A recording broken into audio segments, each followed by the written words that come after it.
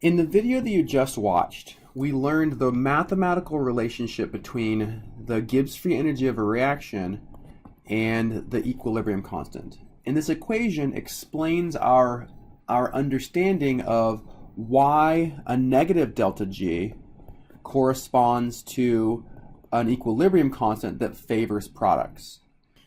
It also allows us to explain why a delta G value that's greater than 0, positive, corresponds to an equilibrium constant that favors reactants.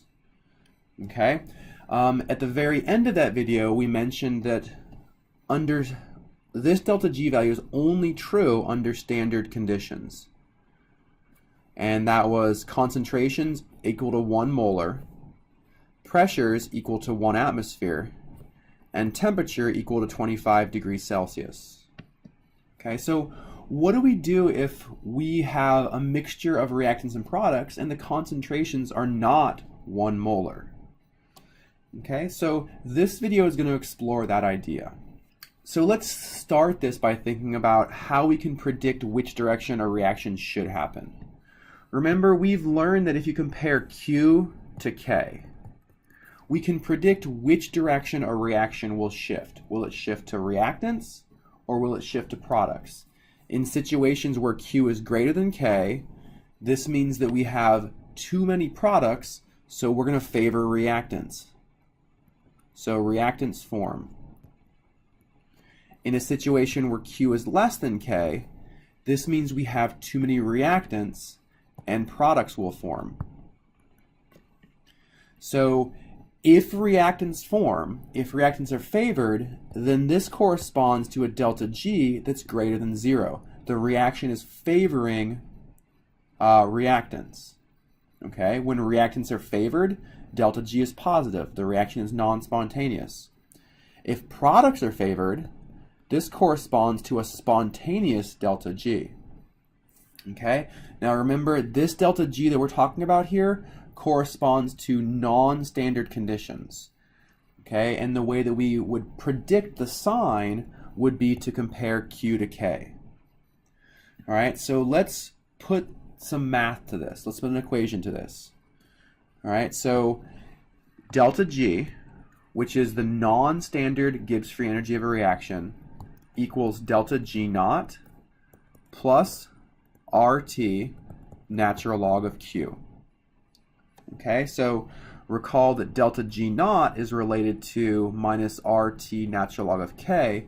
So this equation inherently compares K to Q. So we have K versus Q built into this equation. All right, let's see it in use.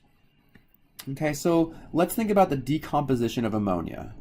So ammonia gas producing N2 gas and 3 equivalents of hydrogen gas.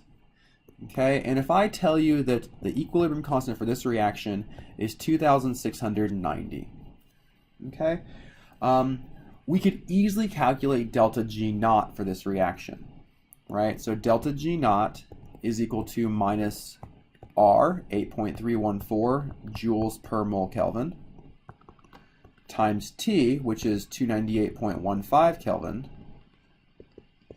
times, come down here, the natural log of 2690.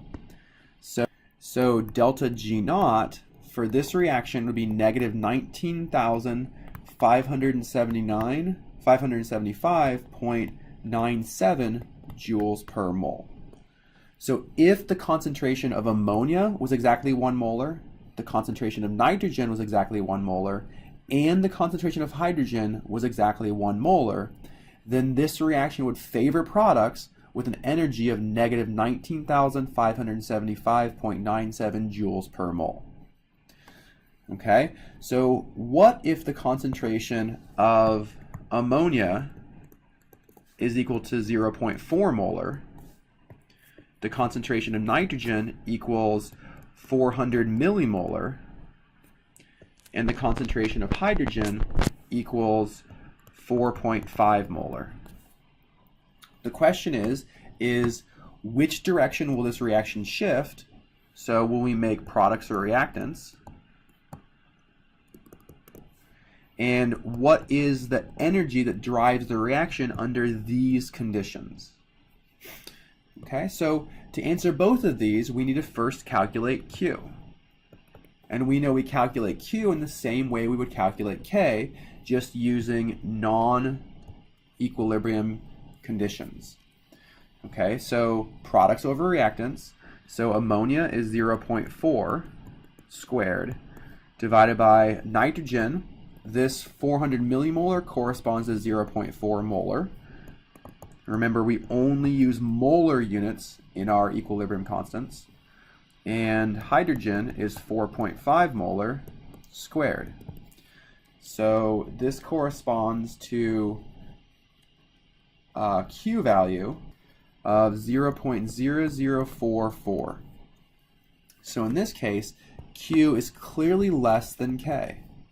And if Q is less than K, this means we have too many reactants, so we're going to shift to make products. So products are favored. And if products are favored, this should suggest that delta G will be less than 0 because we want to make products. Products will be favored. And let's go ahead and prove that. So using our equation, delta G equals delta G naught, which we figured out was negative 19,575.97. This is joules per mole, plus RT, so 8.314 joules per mole Kelvin. Okay, let's say our temperature is still 25 degrees Celsius. So this is at 25 degrees Celsius. So times 298.15 Kelvin times the natural log of the Q value, which we just calculated. Okay, so putting this into our calculator, we get a delta G value of negative 33,032.3 joules per mole. Okay, so under these conditions, there's even more energy driving the reaction than there would be under standard conditions. Okay, so this is a really, really useful equation if you want to know about the energy of a reaction under conditions that are not standard.